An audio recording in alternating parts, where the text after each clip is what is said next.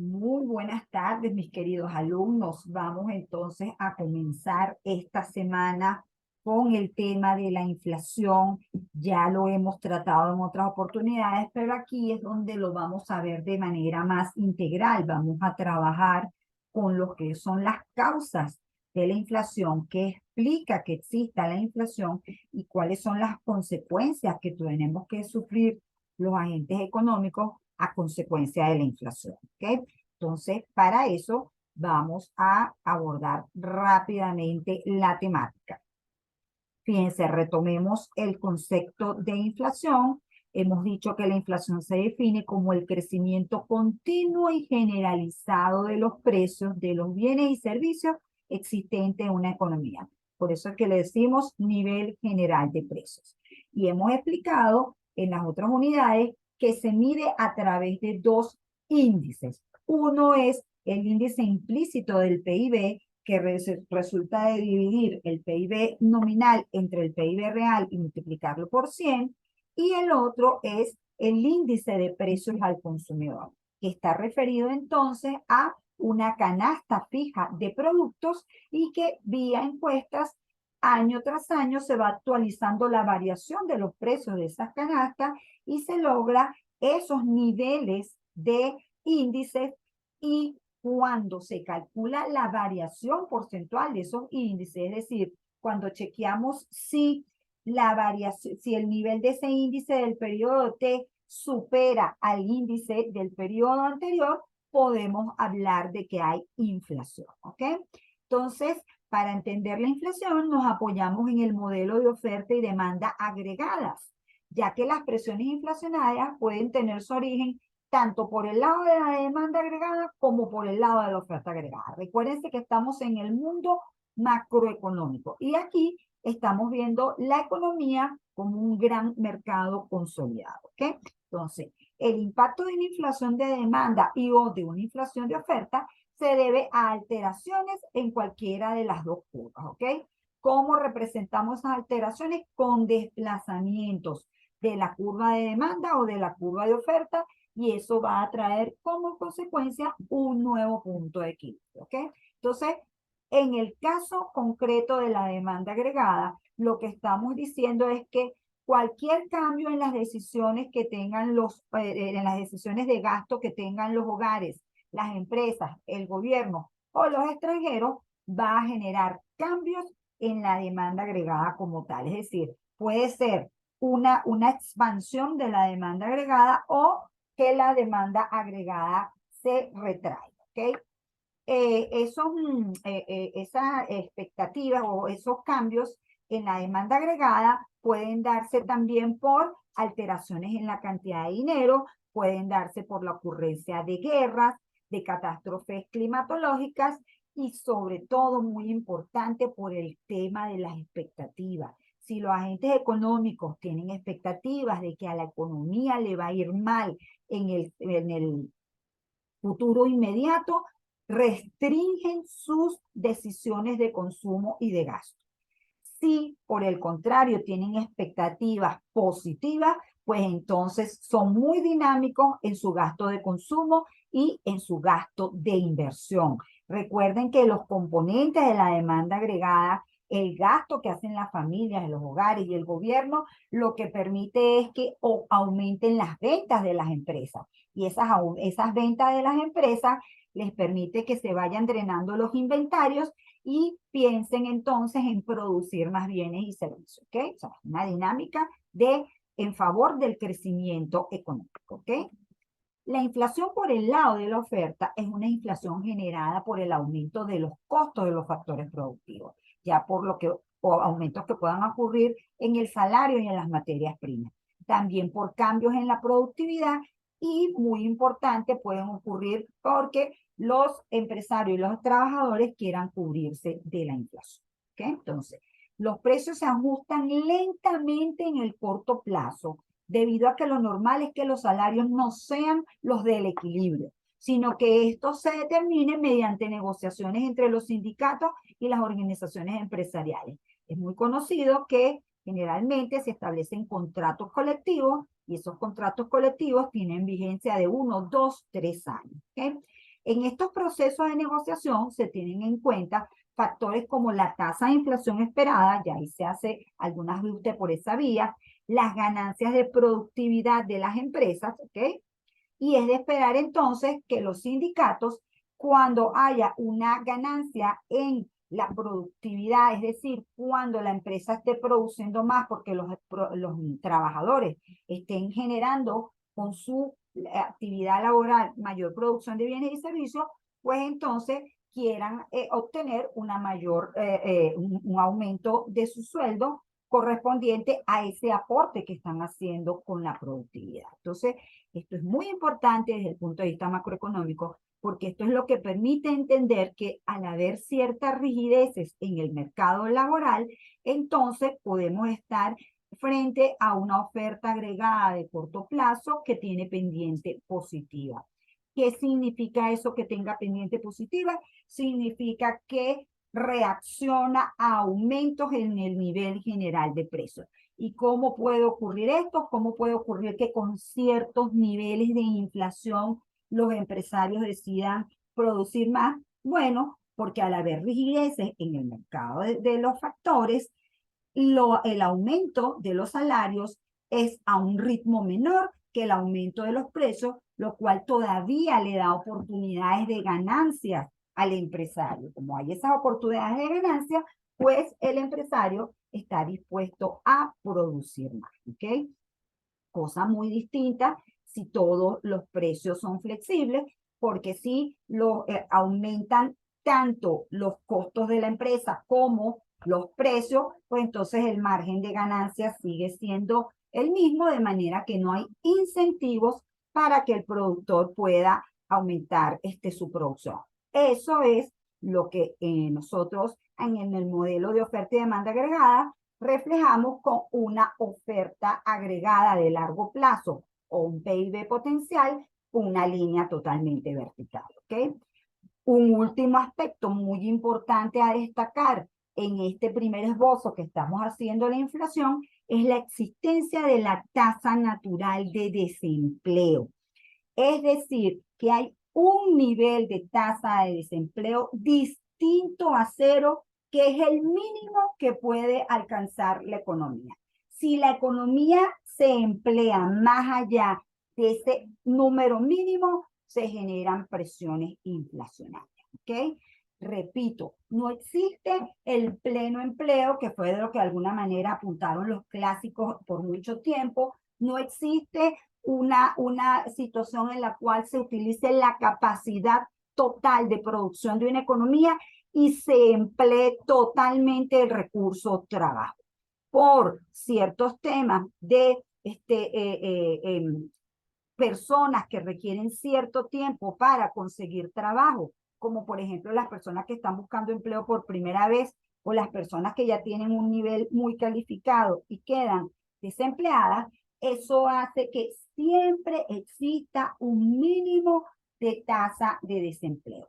Por eso es que cuando se define la tasa natural de desempleo, lo que se dice es que es esa tasa hasta la cual cualquier aumento de la producción no genera inflación. Cualquier deseo, por ejemplo, que se aplique una política monetaria o fiscal expansiva con la intención de seguir aumentando el empleo, si ahí entramos al terreno de esa tasa de desempleo, no se va a lograr crecimiento de la producción de bienes y servicios, sino lo que se va a hacer es generar mayores presiones inflacionarias. Entonces, al final, lo que estamos diciendo es que existe una de las causas por la que existe la inflación es porque haya un dinamismo muy importante del lado de la demanda agregada y que ese dinamismo de la demanda agregada lleve la producción de bienes y servicios, el PIB real, por encima de su PIB potencial.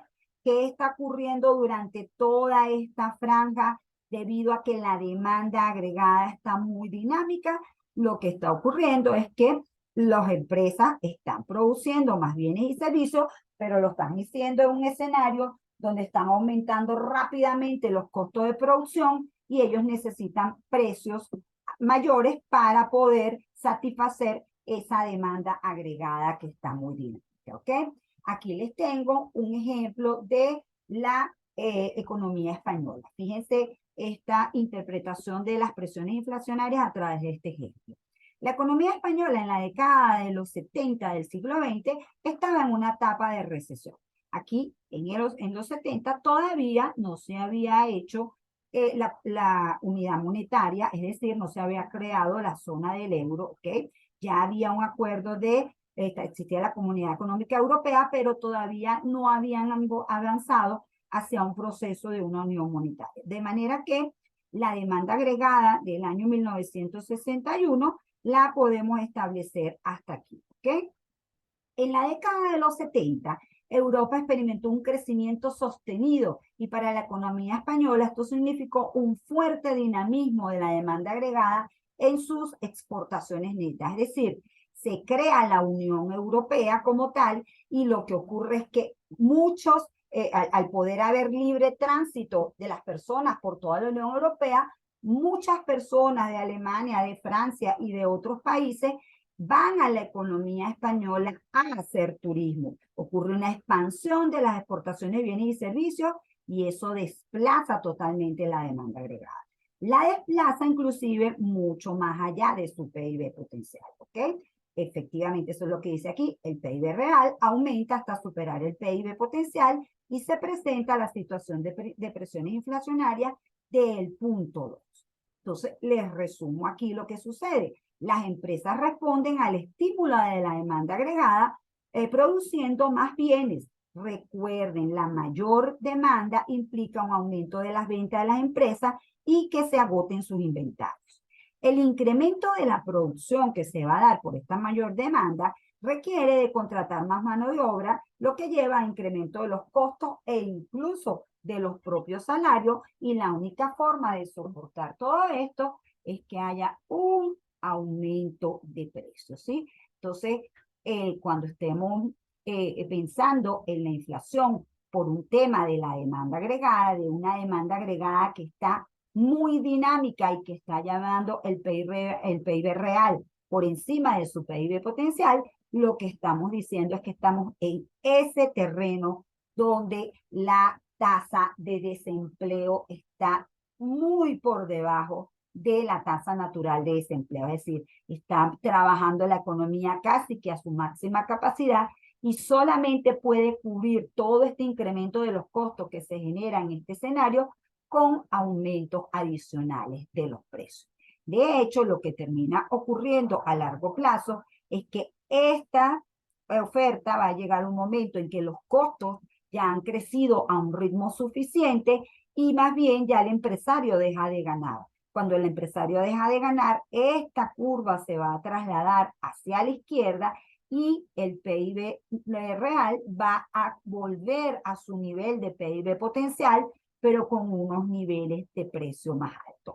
Por eso es que aquí era lo que les decía, en el corto plazo la oferta agregada tiene pendiente positiva porque no todos los precios son flexibles, hay rigideces en el mercado del trabajo que permiten que todavía se pueda ganar en este escenario, pero cuando ya el aumento de los salarios se equipara al aumento de los precios y se pierde la posibilidad de obtener mayores ganancias, el PIB se va a situar en su senda del PIB potencial y ese es el nivel que estamos representando con esta línea vertical.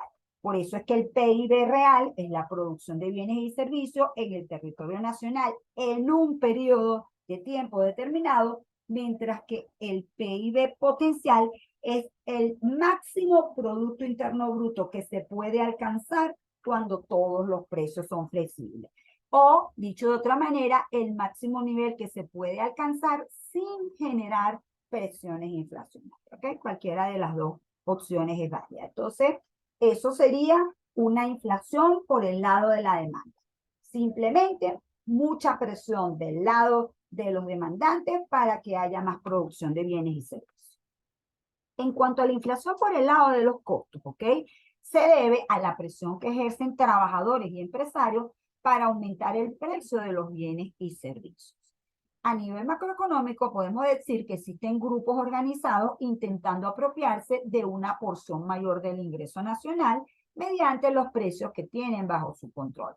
Lo que estamos diciendo es que para producir bienes y servicios necesitamos el factor capital y el factor trabajo, que el ingreso del factor trabajo es el salario, el ingreso del factor capital o de las empresas son los precios, y que en un contexto donde ya exista ya presiones inflacionarias, lo que ocurre es que ambos grupos tratan de evitar la pérdida de valor de su poder adquisitivo, y lo hacen los empresarios a través de un aumento unilateral de los precios y los trabajadores a través de los sindicatos presionando para que los trabajadores aumenten, para que los empresarios les aumenten los precios, ¿sí? Ahí los sindicatos hacen esos lobbies. ¿Qué termina ocurriendo? Bueno, que todo aumento del salario por encima de la productividad, como no le genera ningún tipo de rentabilidad al empresario, pues lo que hace es que haya presión para que sigan subiendo los precios, es decir, hay inflación, ¿ok? Entonces, eso es de lo que se trata, de empresarios y de trabajadores presionando para aumentar o el precio de los bienes o el precio de los salarios y poder ellos evitarse la pérdida de competitividad. Básicamente, ¿verdad? La inflación en el caso de los trabajadores se debe a que ante aumentos de los salarios, los empresarios subirán los precios para conservar sus ganancias y los trabajadores pedirán otro aumento de sueldo, ¿verdad? Porque sigue ocurriendo el tema de la inflación, y lo que se termina generando es un círculo vicioso donde mientras hay mayor inflación, hay mayor presión para que suban los sueldos y los salarios, hay mayor presión para que los empresarios suban los precios, y eso genera esas espirales inflacionarias. Inclusive puede ocurrir que unos sectores que sean muy productivos logren un aumento de los precios, y entonces los otros trabajadores de los otros sectores presionen para que a ellos también se les aumente el sueldo, ¿ok? Entonces, ese es el tema de la inflación por el lado de los costos. Fíjense, ¿cómo lo podemos ver desde el punto de vista teórico? Desde el punto de vista teórico, tenemos que entender que la demanda por trabajo que hacen las empresas es la misma curva de productividad marginal del trabajo. ¿Qué significa esto? Cuando vimos el tema de la empresa, dijimos, bueno, la empresa incorpora trabajadores hasta ese punto donde el precio es igual al salario en términos de unidad. ¿Por qué? Porque más allá de ahí, si él sigue produciendo, lo que va a generar es pérdida de, va a dejar de ganar o inclusive puede generar pérdida. ¿Ok? Entonces, este punto que está aquí es un punto en el cual podemos tranquilamente contratar mano de obra, podemos, ¿cómo se llama? Podemos contratar mano de obra, porque si nosotros vemos el rendimiento que produce ese trabajador y lo multiplicamos por el precio, es decir, el ingreso que va a obtener el trabajador va a ser igual al salario. Ahí él no está perdiendo nada. ¿Cuándo viene el problema? Bueno, el problema viene es cuando aumentos en los salarios no respondan a aumentos en la productividad. Allí, en todo aumento de la productividad que vaya por encima del aumento, todo aumento de los sueldos que vaya por encima del aumento de la productividad, va a generar inflación. Desde el punto de vista económico y de la ecuación que hacemos. Bueno, planteamos, repito, una ecuación donde la cual el salario o el valor de la productividad marginal del trabajo va a depender del precio y de la productividad marginal del trabajo como tal. Recuerden que la productividad marginal es ese aporte, ese mayor volumen de producción por trabajador. Siempre hay que incorporar, y es una decisión que se toma al margen, que se toma siempre contando cuál es el aporte del trabajador adicional. ¿Ok? Entonces, esta relación que está aquí, lo que hacemos es que ahora la ponemos en términos de variaciones. Si ponemos, si aquí despejamos el precio, nos va a quedar que el precio es igual al salario entre la productividad marginal del trabajo. Y si lo vemos en primera diferencia, es decir, si lo vemos como punto de variación porcentual, los economistas sabemos que si las variables están dividiendo, en términos de variación las ponemos restando, ¿ok? Entonces, la variación de precios, ¿cómo la llamamos? Inflación. Va a ser igual a la variación del salario menos la variación de la productividad marginal del trabajo, es decir, de ese aumento del volumen de la producción por trabajador, y siempre que ese aumento de la producción por trabajador compense lo que se paga por el salario, pues no va a haber problemas de inflación, ¿ok? La explicación se las dejo aquí abajo. El empresario aumenta la cantidad demandada de trabajo hasta el nivel de producción en el que la última unidad de trabajo genere un producto mayor, marginal cuyo valor sea igual al salario que se paga por ella. Recuerden cuando vimos el tema de los costos, decimos, las empresas tienen costos fijos y costos variables, ¿ok? Aquí lo estamos viendo a nivel macro y nos estamos concentrando en el costo del factor trabajo. Y lo que estamos diciendo es que el precio tiene que garantizar el pago del factor trabajo en términos unitarios. Hasta ahí debe producir el empresario, hasta ahí deben producir todos los empresarios. Producir más allá de eso lo que hace es que haya el salario esté por encima de la productividad marginal de trabajo y lo que haya es pérdida, ¿ok? Entonces, bueno, eso es lo que es la inflación por el lado de los costos. Repito, hemos visto los dos aspectos. Por el lado de la demanda, hemos dicho que lo que se trata es que hay aumentos de gasto de los actores que intervienen en la demanda agregada y que si esos aumentos hacen que el PIB real esté por encima del PIB potencial, todo se compensa vía aumento de los precios. Y hemos dicho que existe inflación por el lado de los costos, que todo aumento de los salarios en términos nominales que no vaya acompañado de un mayor rendimiento del factor trabajo va a generar inflación porque va a generar aumentos en los precios, ¿ok? Otro elemento que también genera inflación por el lado de los costos es cuando aumentan el precio de los insumos. Obviamente aquí tiene que ser insumos que se usen mayoritariamente en las empresas. Un caso muy importante que nos enseñó cómo es este tema de cómo responden la oferta agregada de corto plazo, aumento en el precio de los insumos, fue lo que ocurrió en el año 1974 con los precios del petróleo. Fíjense, en ese año los precios pasaron de $16,87 a $40,69. Estamos hablando de un precio o un aumento del precio de los insumos, en este caso el petróleo, de 141,23%. Un aumento de este bien tan generalizado, tan utilizado, obviamente hizo que las empresas respondieran a ese aumento reduciendo la producción. ¿Ok? Es aquí, vemos este desplazamiento de la oferta agregada de corto plazo para acá. Se desplaza la oferta agregada hacia arriba. La demanda agregada también se reduce como consecuencia del aumento de los precios.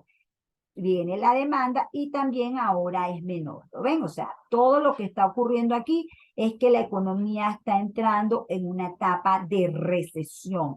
¿Por qué? Porque los empresarios están disminuyendo la producción y está generándose un aumento del nivel general de precios y los demandantes también están respondiendo a ese aumento del nivel general de precios gastando menos. Es decir, que tenemos un nuevo punto aquí donde hay recesión económica y aumento de los precios. Ello se conoce como el fenómeno de la estanflación. Fíjense, al caer el consumo, caen las ventas y se acentúa la recesión económica. En consecuencia, vamos a estar en un escenario donde, por un lado, va a haber incremento del nivel general de precios, va a haber presiones inflacionarias, pero además va a haber recesión. Esto es uno de los fenómenos más dañinos que pueden haber, porque cuando hay recesión, aumenta considerablemente la tasa de desempleo. Entonces, imagínense todas esas personas que estén en ese escenario donde han perdido su empleo y además aumenta cada vez más el precio de los alimentos. O sea, una situación que genera mucho deterioro de la calidad de vida de las personas. Una situación bastante, bastante complicada, ¿ok? Por supuesto, ampliamente conocida por nosotros en Venezuela. De hecho, nosotros llegamos a tener caída prolongada del PIB con hiperinflación, ¿ok? Bueno, una última explicación es la explicación monetarista de la inflación y era de la que veníamos hablando cuando vimos el mercado de que decíamos nosotros en ese momento que la inflación se debe a un aumento de la cantidad de dinero por encima del crecimiento de la producción de bienes y servicios. Decían, el dinero existe porque se intercambia por otros bienes y servicios. De manera que el crecimiento del dinero tiene que estar cónsono con el crecimiento de la producción. Si hay un aumento de la cantidad de dinero por encima de la producción de bienes y servicios, se genera inflación. De hecho, decíamos que hay un absoluto responsable de la inflación y que es el Banco Central. Decíamos, el Banco Central es el que establece la oferta monetaria, determina la oferta monetaria y determina el PIB nominal.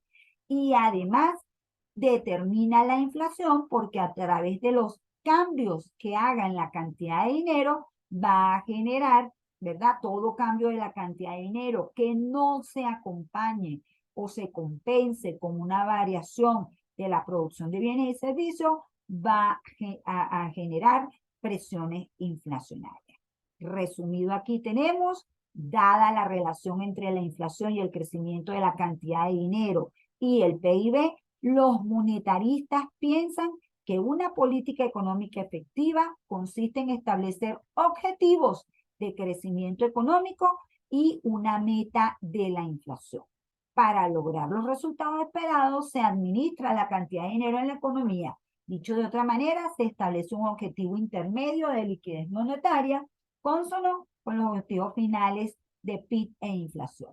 Repito, lo que hace es decir las autoridades económicas y especialmente el Banco Central, bueno, queremos ver una tasa de crecimiento de la economía en torno al 3%. Dada como esté la situación de la oferta agregada en ese momento de la economía, podemos manejar unos niveles de inflación de 8%, de 7%. Entonces el Banco Central va a aumentar la cantidad de dinero en lo que se necesita para lograr estos objetivos. Si ve que está perdiendo el objetivo de la inflación, va a frenar el crecimiento de la cantidad de dinero. Si ve que está perdiendo el objetivo de crecimiento económico, va a aumentar la cantidad de dinero. Pero la idea es que no sea discrecional, sino que dicen los monetaristas que en la medida que esto sea un crecimiento esperado por los agentes económicos, sea un crecimiento constante, ¿verdad? Y en una tasa moderada, no va a haber presiones inflacionarias. Les hacía yo la salvedad de que es en todo momento, lo que decía Milton Friedman, es que la inflación es en todo momento un fenómeno monetario, ¿ok? Ese enfoque de la inflación desde el punto de vista monetario es para mí el centro de todo y lo podemos resumir de la siguiente manera. Existe una relación estrecha entre el dinero, los precios y la inflación. La ecuación que permite hacer esas relaciones se llama teoría cuantitativa del dinero. ¿Okay? ¿De qué parte esa ecuación? Que los factores productivos, ¿verdad? Y la función de producción o el PIB real se determinan por la oferta agregada real. En otras palabras, son las empresas las que definen cuál va a ser la producción de bienes y servicios en un momento determinado. ¿Ok? Eso obviamente ocurre en el mercado real. En el mercado del dinero se genera la figura de los precios, ¿ok? Se genera la figura de los precios porque el precio es esa relación a la que se intercambia dinero por un bien o servicio, de manera tal que cuando el Banco Central define la cantidad de dinero, también define cuánto va a ser el nivel general de precios, de manera que indirectamente define cuánto es el PIB nominal de la economía. ¿Se puede ver cuánto es el efecto del precio? Sí, se puede. Se puede ver porque la división entre el PIB nominal y el PIB real permite ver el nivel general de precios.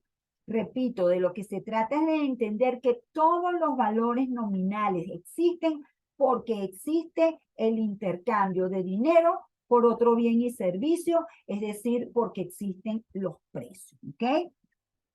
La variación de la cantidad de dinero genera variación del nivel general de precios, es decir, genera inflación. Es decir, la política monetaria también determina la inflación, porque estamos diciendo que cualquier movimiento de la cantidad de dinero, cualquier aumento o disminución de la cantidad de dinero va a incidir en lo que pase con el crecimiento de los precios, es decir, que va a incidir en la inflación.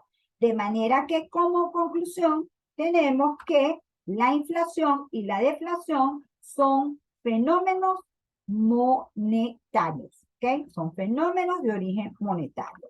Por supuesto, la forma de calcularlo, pues realmente a nivel estadístico pasa por utilizar una canasta de productos para determinar la inflación, pasa por cuantificar cuáles son las variables nominales, cuáles son las variables reales, y por eso uno puede pensar que el nivel general de precio es un resultado de la propia dinámica de la oferta y la demanda agregada. Y como vimos del lado de la demanda, pues efectivamente el modelo consolidado de oferta y demanda agregada establece que dependiendo de lo que pase con la oferta agregada y con la demanda agregada, va a haber un determinado nivel general de precios y va a haber un determinado nivel de producción real, ¿ok?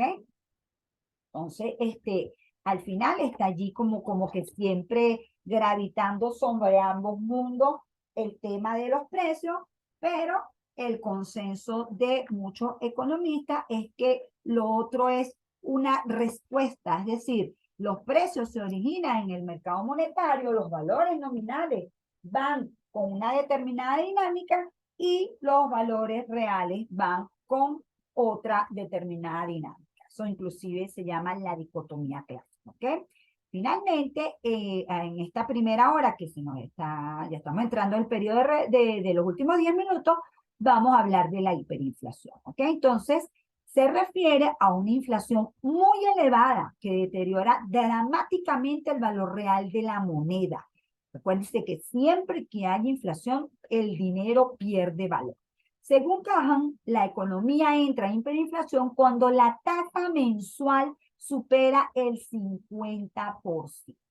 Venezuela tuvo esta característica desde noviembre del 2017 hasta febrero del 2019 y luego en diciembre del 2020 y febrero del 2021. Es decir, por todo ese periodo la inflación fue bastante elevada, ¿ok?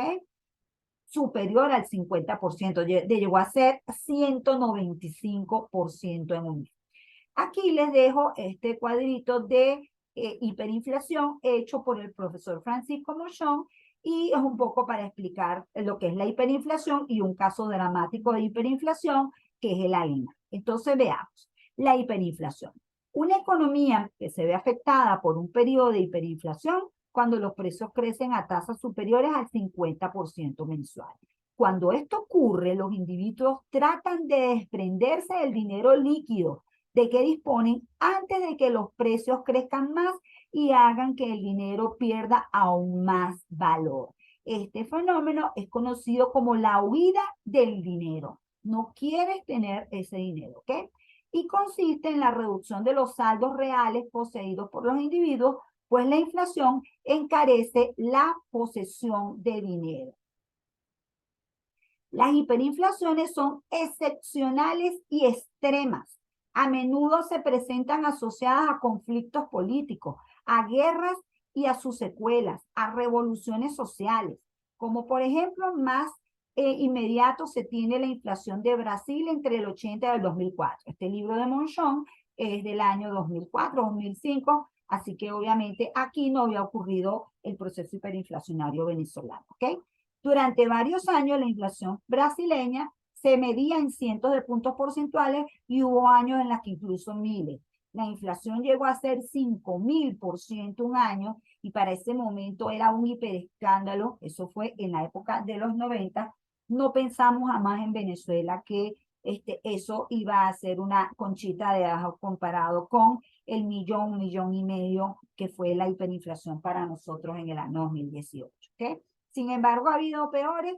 Sí, fíjense. En el periodo de hiperinflación más conocido fue el caso de Alemania en el periodo posterior a la Primera Guerra Mundial, en 1922-1923. Baste decir que en el mes de octubre de 1923 los precios crecieron 29.720% en un solo mes, ¿ok? La población se volvió tan reacia a utilizar dinero, pues perdía valor a cada hora, que pasaba que ciertos productos como los huevos o el carbón se utilizaban como moneda de cambio. Recuérdense que el dinero se utiliza para intercambiarlo por otros bienes y servicios. Así que nosotros necesitamos una mercancía que tenga valor y que podamos intercambiarla por el resto de los bienes y servicios. Si ese papel lo cumple el dinero, maravilloso. Si no, si hay alguna restricción, pues los agentes económicos buscan la manera de resolver esa situación. En esta época era utilizando otras mercancías, pero imagínense lo difícil que debe haber sido cambiar, porque no podemos partir un huevito por la mitad, el carbón no podemos molerlo para tratar de hacer los cambios más exactos. Este es el problema de utilizar el mecanismo del trueque, ¿ok? Que no hay cambios exactos.